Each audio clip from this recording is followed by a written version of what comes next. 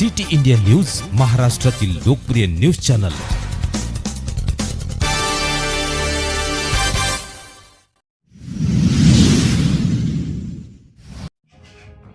विद्युत तारेवर आकडा टाकून वन्य प्राण्यांची शिकार करणाऱ्या आरोपीस अटक।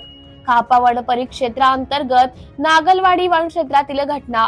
सावनेर तालुक्यातील खापा वन परिक्षेत्र अंतर्गत नागलवाडी वन वर्तुळमध्ये मध्य प्रदेश सीमा लगत असलेल्या वन क्षेत्र कोरमेटा शिदेवाडी नागलवाडी या परिसरात शुक्रवारीला 11 केव्ही विद्युत लाईनवर लोखंडी तारचा आरोडा टाकून त्याच्या मदतीने उक्त तार 1 किलोमीटर परिसरात पसरून वन्यजीव शिकारीचा प्रयत्न करीत असलेल्या एका आरोपीस पकडण्यास वन कर्मचाऱ्यांना यश आले असून 3 आरोपी अंतरात पसार झाले आहेत।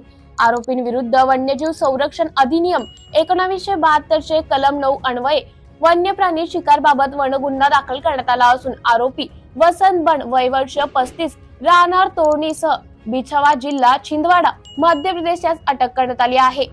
नागलवाडी वन क्षेत्रात गस्ती दरम्यान कोरमेटा येथील एका शेत शिवारात महाराष्ट्र राज्य विद्युत महामंडळाच्या 11 केव्ही विद्युत लाईनवर लोखंडी तारचा आरोटा टाकून त्याच्या मदतीने उक्त तार 1 किलोमीटर परिसरात पसरून वन्यजीव शिकारीचा प्रयत्न केल्याचे निदर्शनास आले व त्या भागात गस्त करून एक आरोपी मोक्यावर पकडण्यात आला व रात्रीच्या अंधाराचा फायदा घेऊन 3 आरोपी फरार झाले।